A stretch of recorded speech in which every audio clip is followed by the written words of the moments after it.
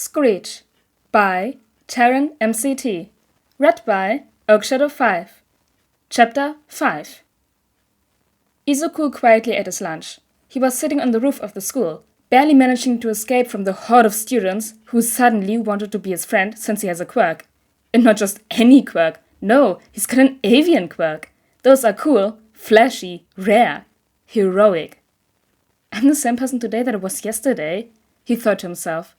They didn't like me on Monday, they shouldn't suddenly like me on Wednesday. They still don't like you, they still hate you. I know, he answered himself. They'll be leaving flowers in the desk again by Friday. I know, he repeated. Thinking back on how he revealed his quirk, he probably could have done it a bit better, but Bakugo had frustrated him. And threatened him. Now that Izuku was able to tell people about his quirk, he was in a different league than most of the others. His quirk really was amazing, and that wasn't just him being a proud little bird.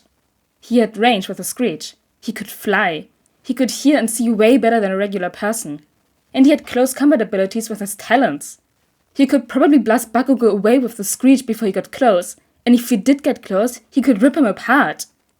But still, he didn't really mean to antagonize Bakugo the way he did.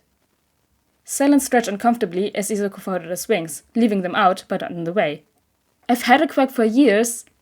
That's bullshit, Bakugo snarled. If you've had a quirk this whole time, why have you been acting quirkless, huh? You looking down on me, huh?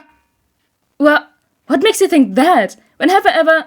You know what? Yes, I am looking down on you. That was definitely not one of his brightest moments, but at the same time, the teacher had stopped the altercation from getting any worse. And now, he could hear Bakugo running around the school looking for him, screaming about how he was going to explode his face. The building doesn't technically have roof access, so Bakugo wasn't likely to find him up here. Unless he remembers you're a bird. Yeah, there was that. Izuku hadn't flown up to the roof though. He had climbed up the tree next to the building that was tall enough to reach the roof. He liked how the bullies never realized he was here. It was the only time he ever got any peace while at school. Izuku started when his phone buzzed. He wasn't expecting anyone to call or text him. Pulling out his phone, he stared at it. There was a new text, but he didn't know the number. Unknown. Hey, baby bird, I see you on the roof again. You need to talk to someone? Oh, I wonder when House got my number, Izuku muttered. Looking up and shading his eyes from the sun, Izuku saw Hawk's silhouette way up in the sky. He briefly considered flipping him off, but decided to just give a small wave instead.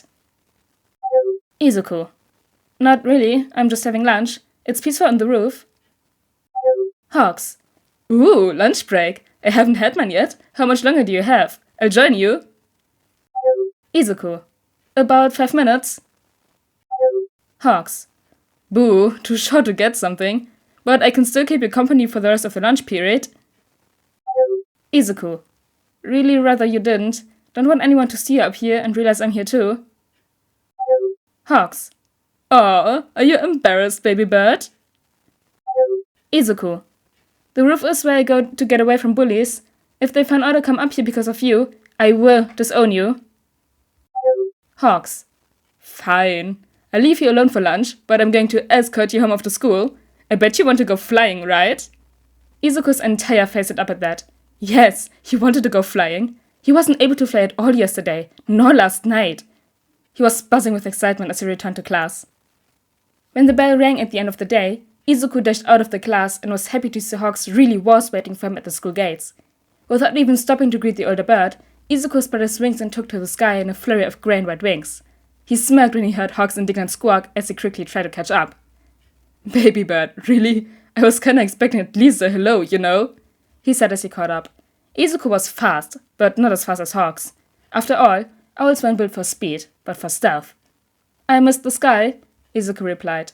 And if you wanted a hello, then maybe don't stand at the school gates next time. You're attracting too much attention. Okay, that's fair, I guess.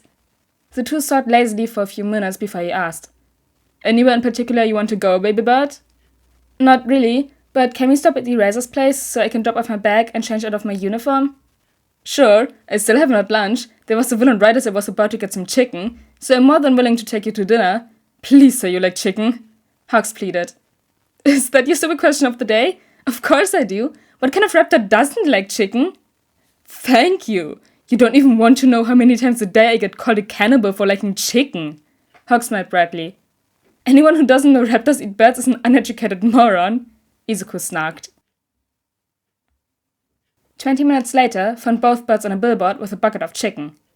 How was your day? I seem to recall you were pretending to be quackless before, but you didn't hesitate to fly off today. Something changed? Hawks asked. Oh, yeah. Detective Tsukauchi took me to get my quack registered yesterday, and Shota updated my information at the school today.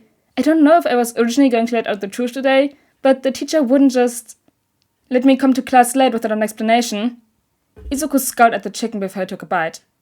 Even though I had a late pass that explained it to him. Dick move there. Hawk stared around a mouthful of chicken. Izuku huffed at a small laugh. Yeah, but it wasn't as bad as other things he's done. Dude, little chick, do I need to try to get a teacher fired? It's more like the whole school, he replied sardonically. No one wants to see this stupid quackless kid do well, so I've had grades altered, homework lost, detentions for fighting and being a distraction in class. Sometimes I wasn't even allowed to go to lunch. It's the same with all quackless kids, Izuku shrugged. Hawks was quiet for a few minutes, processing all of that. I knew it was bad, but I didn't know it was that bad, he whispered finally. And that was just from the teachers? Yeah, the students like to use their quacks to hurt quackless kids. The teachers never even pretended to care. Izuku stared out into the distance, lost in thought. I haven't met any other quackless kids in person, but I'm on a few forums. It's the same with all of us. Hawks put his arm around Izuku, and he leaned into his hug. Most of the people on the forums have talked about killing themselves, and I've even seen a few posts where some did a suicide pact, and then the names were never seen again. He rubbed at his eyes. A few tears had started falling. Hawk's hold on him tightened. Promise me, Owlet, that you won't try again. Izuku was silent.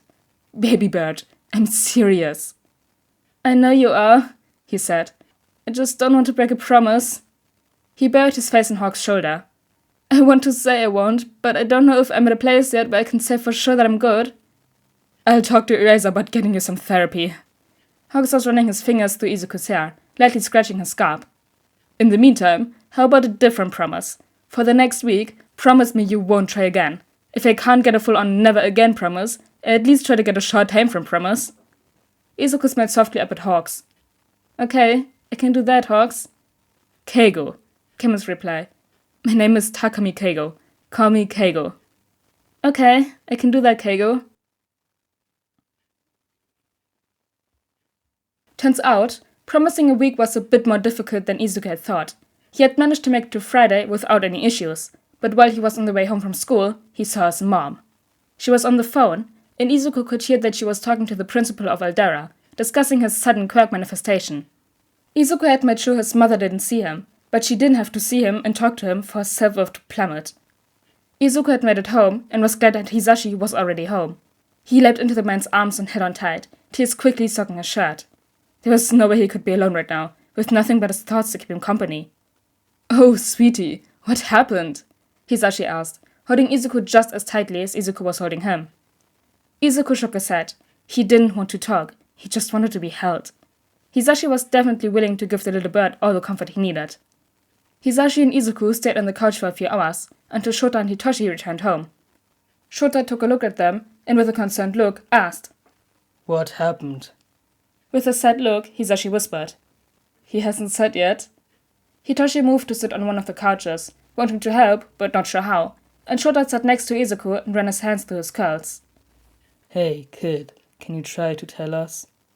Izuku sniffled a little and said, Keigo made me promise He made me promise not to try to kill myself for a week.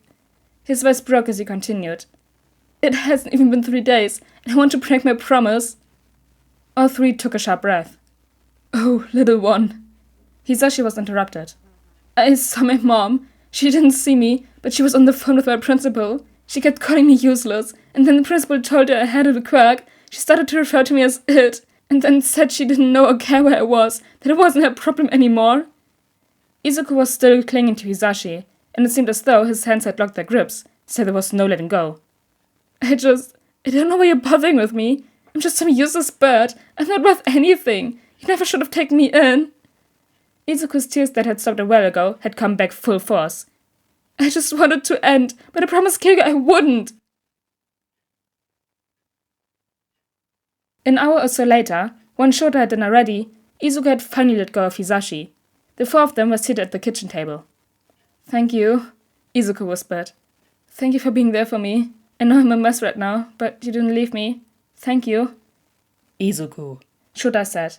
you might not be in the best mental space right now, but you're still worthy of being loved. They finished dinner quietly, and Hitoshi gently grabbed Izuku's sleeve and dragged him into his room to talk alone. "I'm not sure if you know this or not," Hitoshi started, "but Dad and Papa adopted me when I was 7.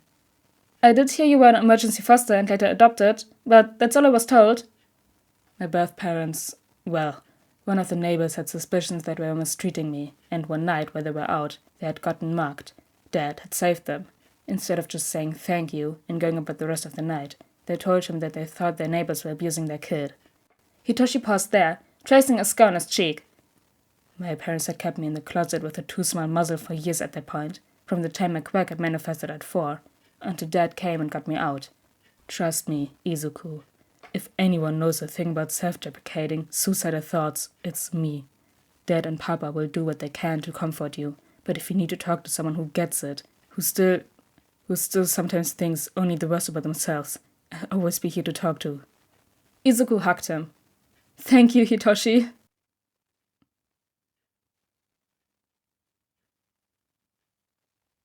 Oh no, this chapter was so hard to read.